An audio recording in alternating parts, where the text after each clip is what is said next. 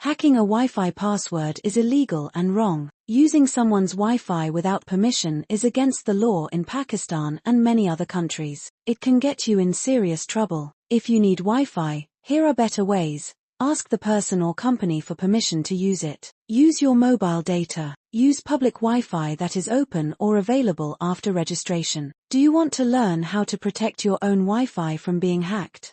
Let's talk about how to keep your Wi-Fi safe from hackers. If your Wi-Fi is not secure, others can use your internet for free or even steal your data. Here are 5 easy and effective ways to protect your Wi-Fi. 1. Set a strong password. Don't use simple passwords like 12345678 or password. Use at least 12 characters with letters, numbers, and symbols. Example: myWiFi #2025 secure 2. Change the default Wi-Fi name, SSID. If your Wi-Fi name is something like TP-Link 123 or ZoneDevice, hackers will know you didn't change the settings. Use a unique name like SecureZone_2025. Also, turn on the option to hide the SSID so people can't easily see your network. Check your encryption settings. Log into your Wi-Fi router and make sure encryption is set to WPA2 or WPA3. If it's set to WEP or open, change it immediately. Those are weak. Change the router's default username and password. Many routers have the default username admin and password admin. Hackers know this. Go to your router settings and change them. Use MAC address filtering. You can allow only certain devices to connect by adding their MAC addresses. No new device can join your network with